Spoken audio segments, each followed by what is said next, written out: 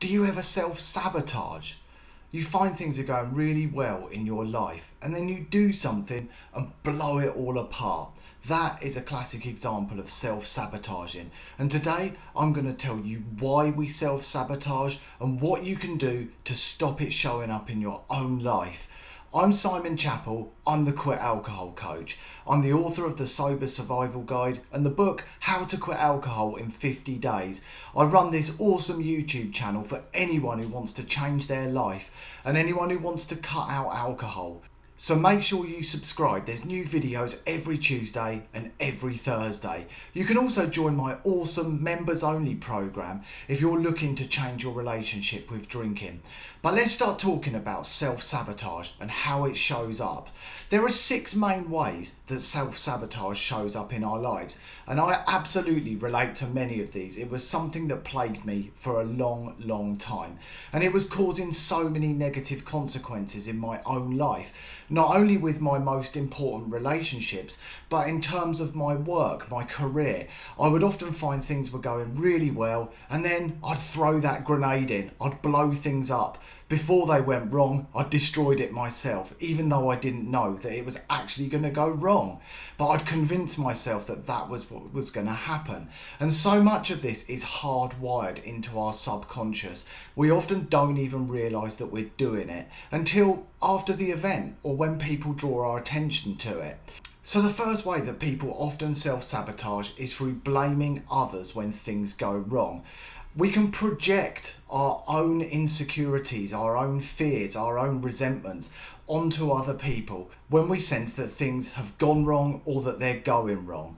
And very often it's actually within us, it's our own stuff that we're blaming other people for, but we can't face the self-criticism or the fear of abandonment, the fear of rejection that might come with that, or the pain of facing into those uncomfortable feelings and emotions that will come up if we start to look closer at ourselves. Just makes it so much easier to direct the blame to other people. But of course this can cause conflict and disruption, especially in intimate relationships when we find ourselves projecting outwards instead of looking within.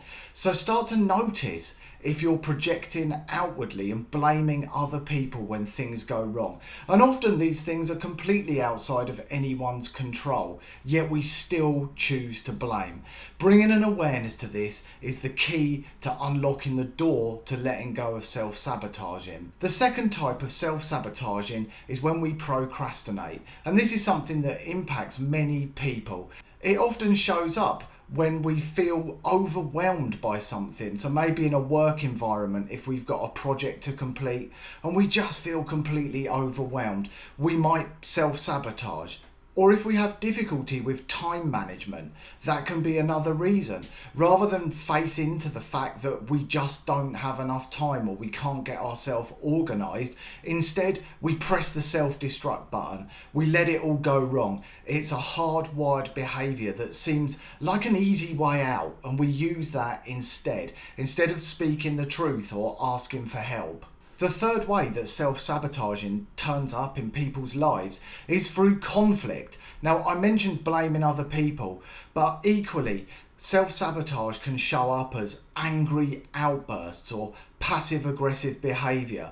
And that might be when we feel we haven't got our own way, or it can simply be emotional triggers, and these are very often linked back to our childhood. Maybe a behaviour from your partner subconsciously reminds you of a way you were treated when you were a child, and it provokes that same reaction, that same inner child reaction that explodes out of you in a way that doesn't serve anybody in any kind of positive way. And I've seen this in my own life, and it's seeped out of me in passive aggressive behaviour, and I would often use that as a defence mechanism of looking within myself. So it's very similar to the first point around blaming other people, but often we can simply start conflict as a way of self-sabotaging. And also, Boredom can be a factor in causing conflict. Sometimes when things are really peaceful and feel like they're just ticking along nicely, we can throw that grenade in again just to create some drama, just to create something to put the focus back onto us. And I believe that that comes down to a fear of abandonment and rejection. People start to give us their attention, the attention that we probably craved when we were children. If we can start to notice our emotional triggers, the things that cause that strong, almost hysterical emotional response, then we can start to become aware of what is causing these episodes and what lays underneath them.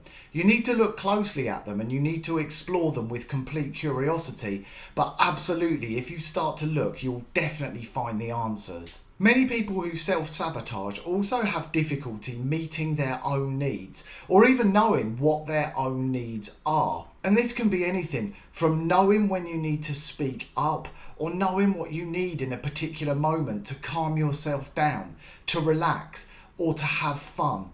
And think of the times in your life, I can think of many in my own, where maybe I've been in a hurry and I just needed somebody to move a little bit faster or to let me take that turn in the queue before them because I only had 2 items and they had 20.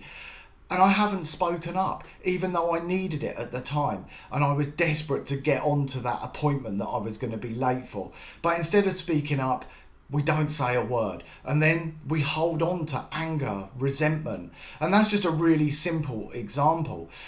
But often when we're experiencing an emotional trigger and we're feeling really overwhelmed with emotion, we don't know the best coping mechanism. Sometimes it can be meditation, a walk in nature, or calming ourselves down using another method.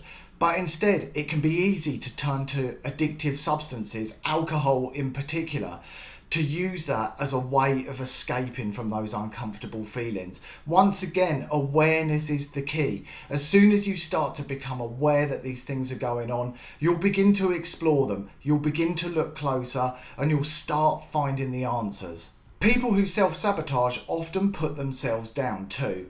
And this can be a real challenge for many people. Negative self-talk and verbalizing negative things about ourselves to other people. Now, the fact is, the more we do this, the more we believe it, the more it becomes hardwired. And it's important to catch yourself when you're partaking in negative self-talk, whether that's internal thoughts or whether you're saying things out loud to other people. When you catch yourself doing it, how about trying to do the opposite or think the opposite or say the opposite? Notice how that feels. Pay yourself a compliment instead of giving yourself a put down. The more we run with the negative self-talk and the put downs, the more avoidant we become and the more we start to believe that we can't achieve things. There's no point in even trying. If we can start to talk with a more positive tone of voice and start to recognize the things that we're good at, the achievements, the goals that we've already reached, the times that we've been determined and we smashed through our goals, the more of a positive mindset we're going to cultivate. Another big cause of self-sabotage is fear of failure, and this one showed up in my life in a big way. I would constantly believe that things were great now, but they're gonna go wrong. And that came from episodes in my childhood that I brought with me into my adult life. Fear of failure can be really commonplace, and you might recognize this in yourself if you're still watching this video, if you've got this far and you're nodding your head at a lot of these points around self-sabotaging. So fear of failure is one to absolutely keep a close eye out for, because what can happen is we have a belief that things are going to go wrong, that we're going to fail at things. So we either don't bother trying in the first place, or when we start to try, or when we're part way through something, we destroy it because we believe it's going to go wrong anyway. And that can be intimate relationships, it can be career related things, whatever it might be. It can show up in every area of our lives. But rather than face into that fear of rejection, that fear of abandonment, that fear of failure, we decide to take control and destroy it ourselves, even though we don't know that that's what's going to happen. We've just told ourselves a story. Instead, we're far better to become aware, start to speak these things out and explore them, and look much closer to understand what sits underneath our desire to carry out this behaviour. And similar to the fear of failure is the need to control. Many people have a strong desire to control situations. And just like when that fear of failure shows up and we decide to blow something up through self-sabotaging, the same can happen with control. When we feel that we're out of control or we're becoming out of control in a situation, we can do the exact same thing. We destroy it instead. It seems easier, far easier than feeling like we're out of control and sitting with the difficult emotions and feelings that will cause. Try and learn what it feels like to sit without control. Find a situation where you are not in control and sit with it and feel the emotions. Journal the emotions, log it down and notice. Just notice. It's like practicing a new skill. Start to get used to it. So why do we self-sabotage? Well, the answer's fairly simple. These behaviours usually served us well in childhood. Often when we've got parents who are anxious or insecure or projecting some other kind of unhelpful behaviour around their child, we need to turn to these behaviours to soothe ourselves or to protect ourselves. And as a child, very often they work and they help us at that particular time, but they become hardwired and we carry them into our adult lives where they no longer serve us. They don't help us any longer. You don't still suck on a dummy or a pacifier. Sure, it might have helped you when you were a baby, but it doesn't help you now. It won't provide any kind of positive benefit. And it's a similar sort of thing with self-sabotaging. So we need to let it go. We need to take the pacifier out and we need to start looking at our behaviours and looking closer because it's not serving us any longer. It did serve us, it doesn't now. All we're doing is repeating the behaviours that we learned in childhood. Even though we know they cause us negative consequences, we feel compelled to do it. And we often do it on autopilot. We're not aware, we're not really thinking about it. And that's the key. Bringing the awareness to it, starting to think about it, pausing before you take action and considering the consequences and noticing if you're going to be self-sabotaging and paying attention. And very often it's a case of doing the opposite and leaning into the things that feel uncomfortable. As well as self-sabotage being linked to behaviours from our past, it can also show up through other situations and other behaviours. And those can be boredom, fear, self-doubt, and when things are going well in our lives. So really pay attention when those things are going on around you and start to be aware that that's when self-sabotage can show up. If you know the times that this can show up for you, you can be really aware of it and you can take steps to eradicate it. But if we're not aware, we're never going to get there.